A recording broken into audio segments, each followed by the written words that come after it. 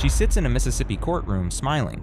Not nervous, not scared, just calm, like she's waiting to be called out of class, not waiting to hear if she'll spend the rest of her life in prison. Carly Gregg had convinced herself the jury would believe her.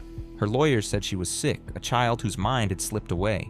They told the court she'd suffered a mental break, that voices took control of her thoughts on that terrible day, and for a while, the defense was working. The jury was listening. People started to wonder if a 14-year-old could really plan something like this. Then the prosecutor pressed play, and everything changed. Your daughter tried to shoot you? Yeah. Shooting at me.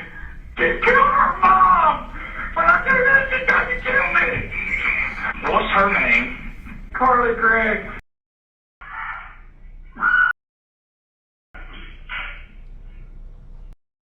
Hey, I need you to talk to me. What is your son wearing? She was in jeans and a grayish t-shirt. She's got short, brownish hair. She ran into the backyard. I tried to follow her. She jumped the fence and ran. She shot me in the neck. What you're about to see is the moment Carly Gregg realized the jury would never believe her story again. The moment she understood she wasn't going home. Not that day, not for decades. Her mother was dead. Her stepfather was bleeding on the kitchen floor. And the proof of what really happened was caught by a camera Carly didn't even know was recording.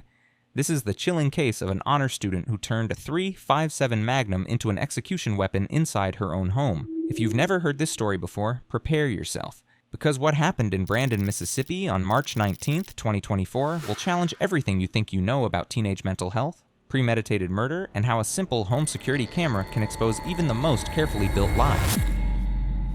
Before we can understand what happened on March 19th, 2024, we have to understand who Carly Gregg was. At 14, Carly seemed like any other high-achieving teen. She was bright, confident, and funny, a 10th grader at Northwest Rankin High School in Brandon, Mississippi, where her mother, Ashley Smiley, taught math. Teachers described Carly as polite and intelligent. Her friends said she was kind, witty, and easy to talk to. On the surface, she looked like a happy, responsible girl with a promising future. Carly's mother, Ashley Smiley, was 40 years old, a math teacher loved by her students and respected by her colleagues. Friends described her as warm, patient, and deeply dedicated, both in her classroom and at home. Ashley had been married before, to Kevin Gregg, Carly's biological father. Kevin struggled for years with mental health challenges and drug use, and after their divorce, Ashley raised Carly mostly on her own. In 2020, Ashley married Heath Smiley, a man known for his calm and gentle personality. At first, Heath and Carly got along well. He cared for her, supported her, and tried to make her feel understood.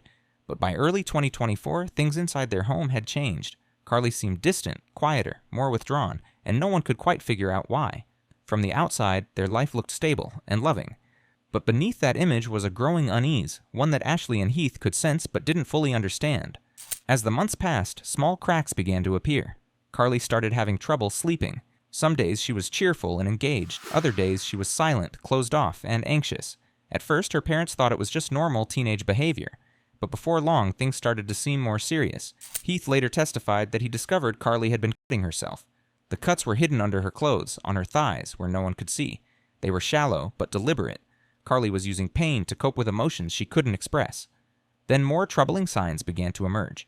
Her parents found out that Carly had been using secret burner phones, vaping marijuana, and secretly talking to an older boyfriend. She was living two lives, one as the cheerful, high-achieving student everyone knew, and another as a troubled teen hiding her pain. When confronted, Carly often became defensive or angry. She didn't want to open up or talk about what was going on, but deep down, she was struggling with something even more complicated.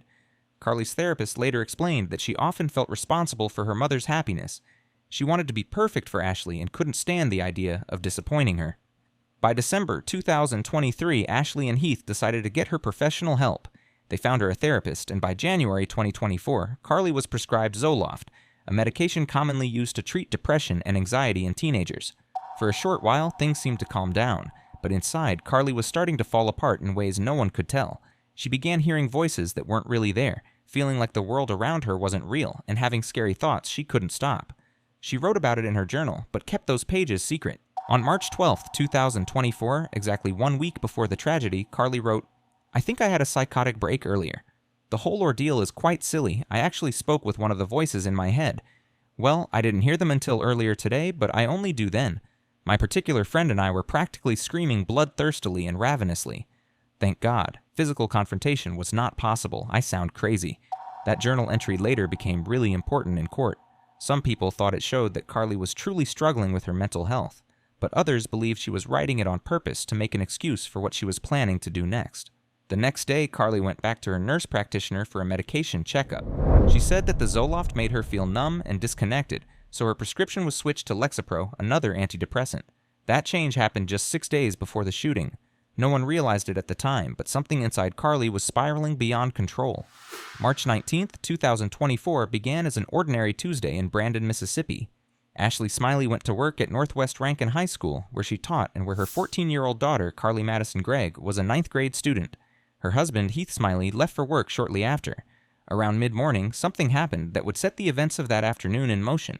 A friend of Carly's, concerned about her behavior, approached Ashley at school. He told her that Carly had been vaping marijuana regularly, that she had burner phones, that she'd been talking to boys Ashley didn't know about. Those who interacted with Ashley later said she wasn't furious, but she was worried, concerned for her daughter's well-being more than angry about the rule-breaking itself. The school day ended.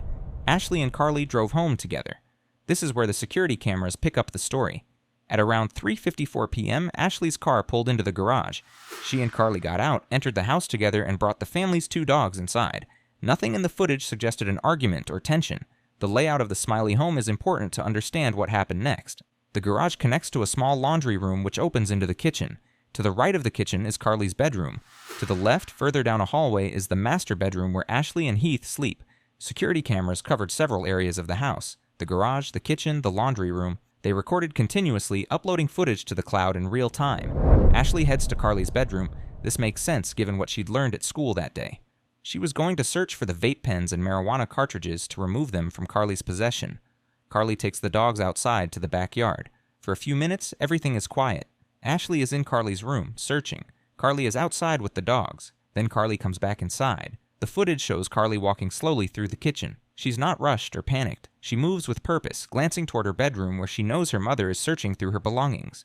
Then she turns and walks in the opposite direction, toward the master bedroom. At approximately 4 p.m., Carly entered her parents' bedroom and retrieved her mother's .357 Magnum handgun from under the mattress. She concealed the weapon behind her back as she moved through the house. Less than a minute later, Carly comes back across the house. She's walking carefully now, holding her right arm behind her back in an awkward position. As she passes the entrance to the kitchen, she stops and looks inside, checking to make sure Ashley hasn't left the bedroom. Carly walks into her bedroom.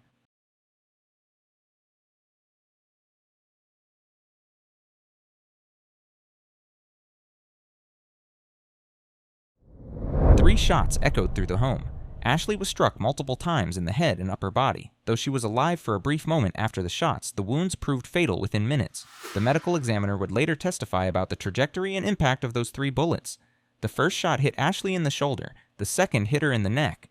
Either of those wounds could have been fatal, but the third shot sealed Ashley's fate. It was fired from less than 3 feet away, directly into her face, just above her right eye. And then, in the moments after taking her mother's life, Carly Gregg did something that would become the most controversial and analyzed aspect of the entire case. She walked calmly back to the kitchen and sat down. The timestamp on the security footage is crucial here. Ashley was shot sometime between 4:43 and 4:47 p.m. based on audio analysis. Carly didn't contact 911 until 4:57 p.m.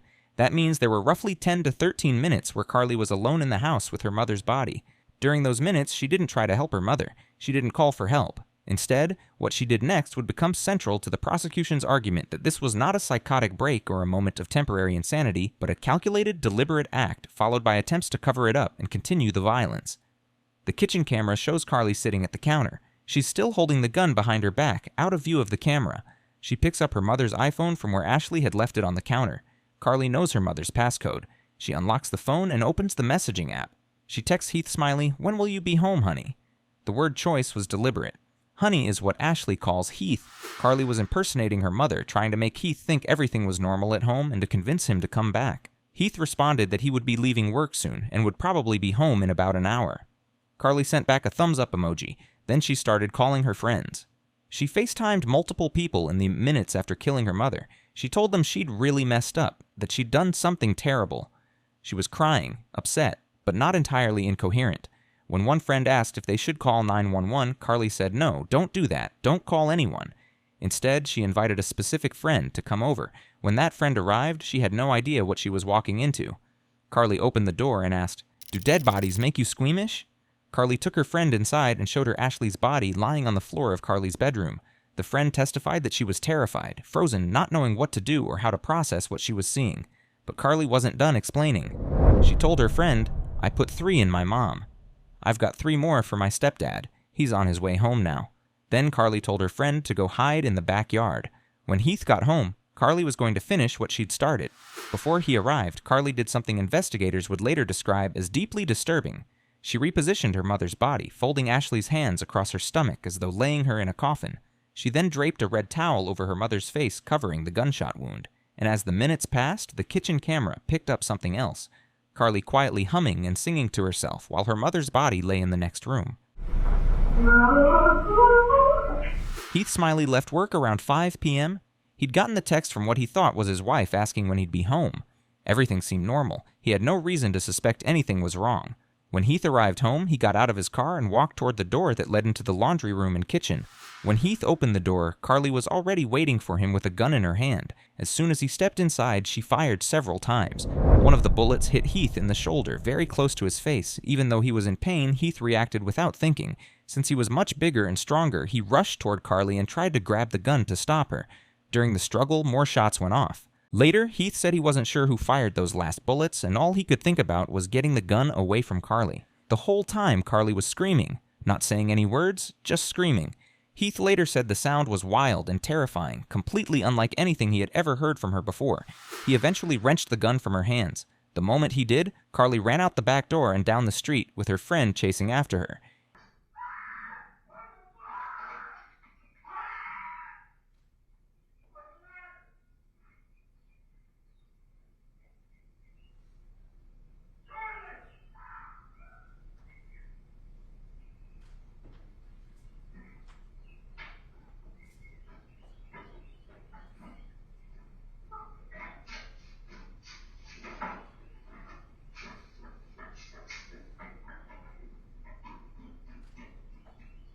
Heath, still in shock and bleeding, started looking around the house for an intruder. At first, he couldn't believe what had happened. He thought someone else must have attacked Carly and that she had only been trying to protect herself. Then he entered Carly's bedroom. That's where he found Ashley. He immediately reached out for his phone to call 911 while still bleeding.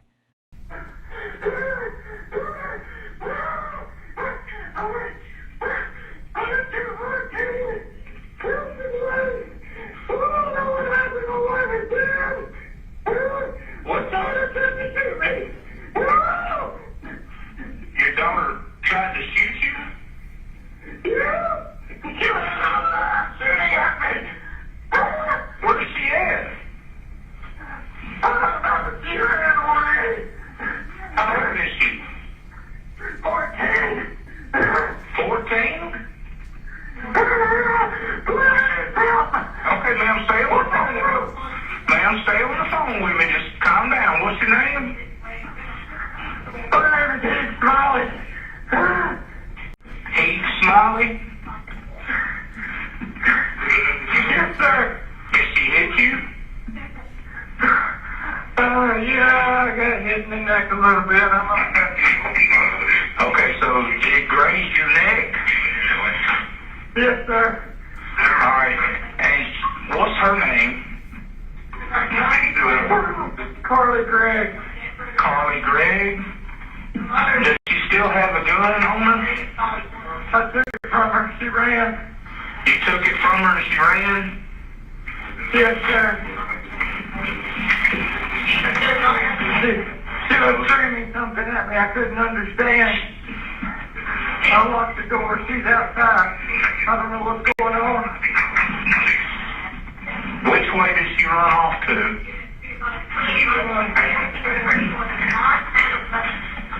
She ran into the backyard and went over a fence. Ran into the backyard and went over your fence? Yeah. What is she wearing? T-shirt, gray shirt and some jeans. Gray shirt and jeans? About how tall is she? 5'2". About 5'2"? What color hair? Brownish, brownish, just short hair. The back door, she opened fire on me. And was just screaming. Okay, just calm down for me. We got everybody headed for the Oh my God, she killed her mom. She what? She killed her mom. She killed her mom? Yeah, that's what I'm screaming about. Where's the mom? Mom, and when I do this, she doesn't kill me. Where's the mom at?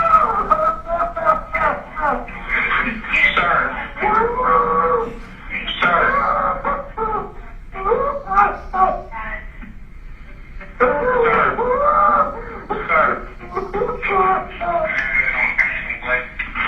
Sir. God, why? Where's your wife? She's dead on the floor of my stepdaughter's room. She's on the floor in your stepdaughter's room? She's my stepdaughter. And her mom. I don't know what's going on. The stepdaughter's in therapy for a little while, trying to work out some problems. Paramedics and police arrived within minutes.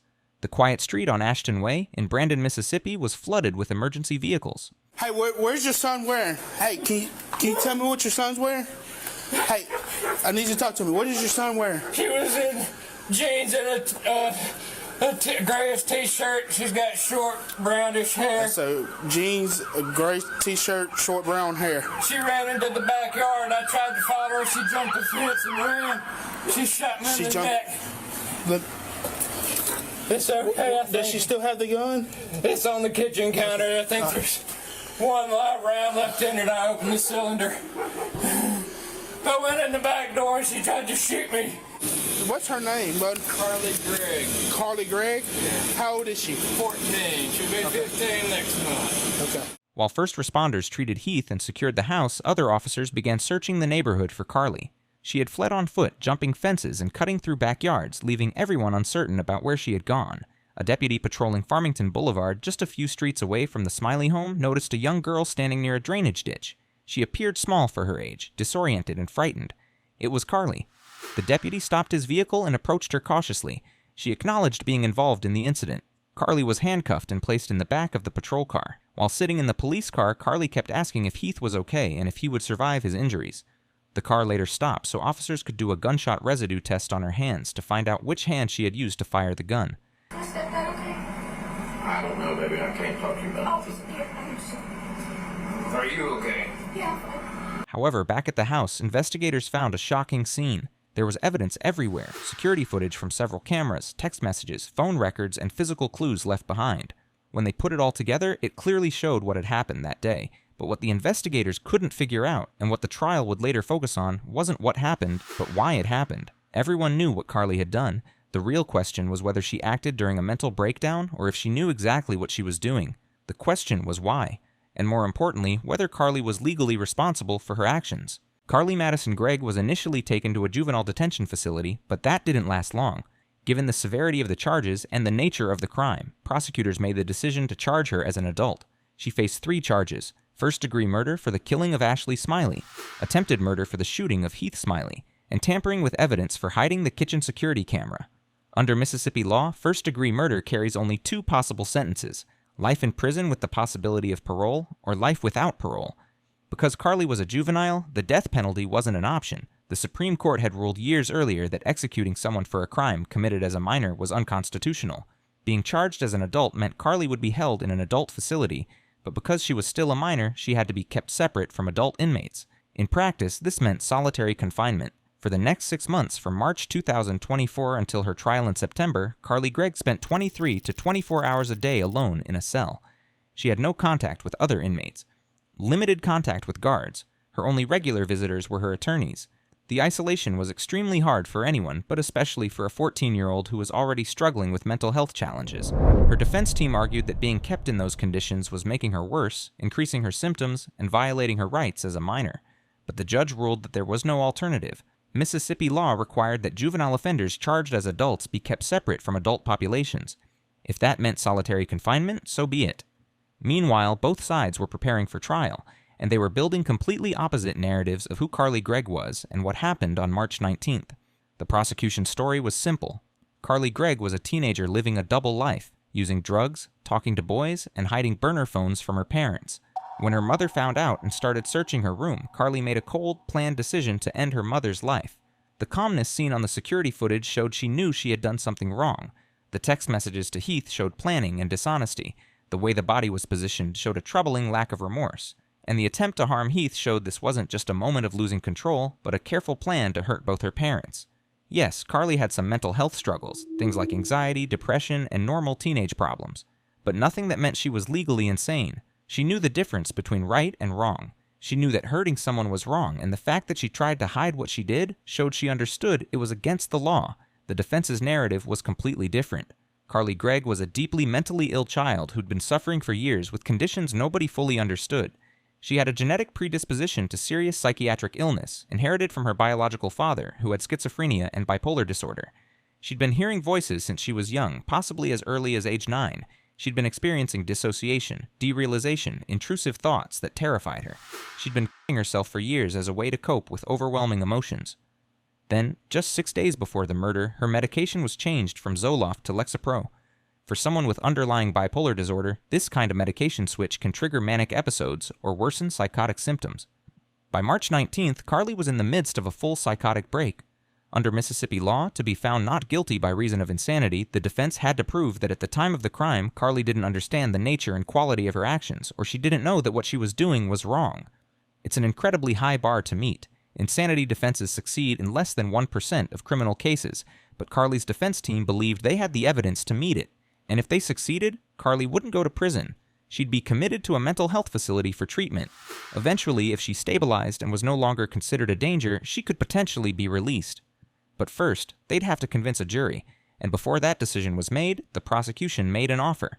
In August 2024, a few weeks before trial was set to begin, the district attorney's office offered Carly's defense team with a deal. She could plead guilty to all 3 charges, and in return, the state would recommend a 40-year sentence in the Mississippi Department of Corrections. The other 2 charges, attempted murder and tampering, would be dropped or combined into that sentence. 40 years. For a 14-year-old, that meant she wouldn't be released. Until she was 54. She would spend all her teenage years and most of her adult life in prison. But when it came time to decide, Carly did something no one expected. All right, Miss Gregg, did you receive that recommendation of 40 years?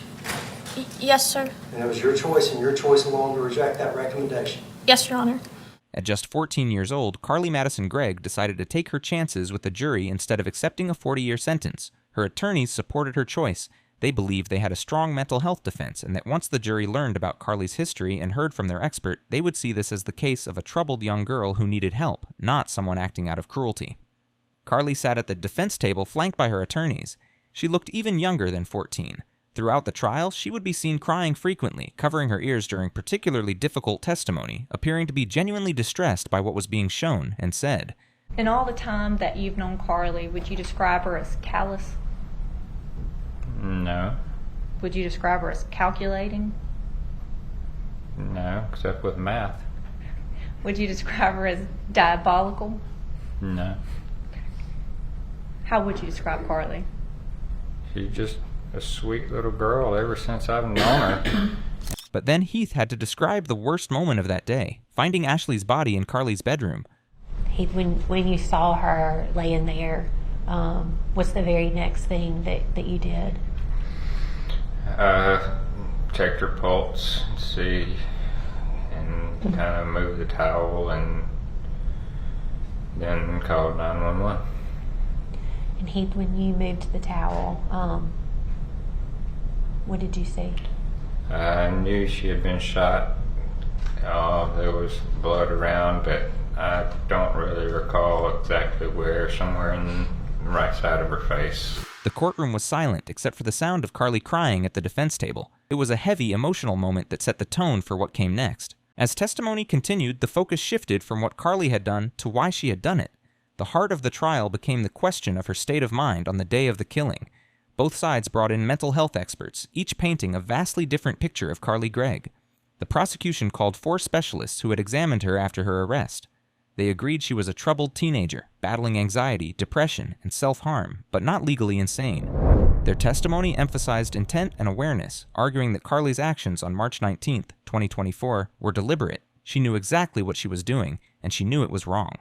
The prosecution emphasized Carly's deliberate actions, unlocking her mother's phone, mimicking her tone in a message, and luring her stepfather home.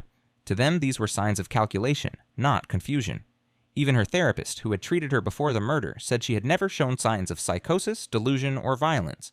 Their medical experts addressed her recent switch from Zoloft to Lexapro, acknowledging possible side effects but insisting the dosage was standard and the change medically appropriate. There was no evidence, they said, that it could have caused a psychotic break. By the end of the trial, the courtroom stood split between 2 opposing views. The defense portrayed Carly as a deeply troubled child whose fragile mind had broken under the strain of mental illness and medication side effects. The prosecution, however, described her as a calculating teenager who knew exactly what she was doing and carried it out with precision. Which version the jury chose to believe would decide the rest of Carly Madison Gregg's life.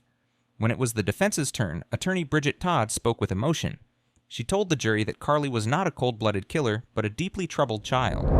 Todd explained her history of anxiety, depression, and hearing voices, arguing that a change in her medication might have triggered a mental breakdown.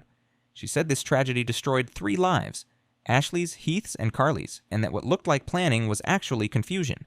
In closing, Todd asked the jury to see Carly not as a monster, but as a sick 14-year-old who needed help, not a lifetime behind bars. The jury deliberated for less than 2 hours, a clear sign that they had reached a firm consensus. All right, the verdicts appear to be in proper form. Verdict of the jury is count 1. We, the jury, find the defendant, Carly Madison Gregg, guilty of first-degree murder as charged in the indictment. Count 2.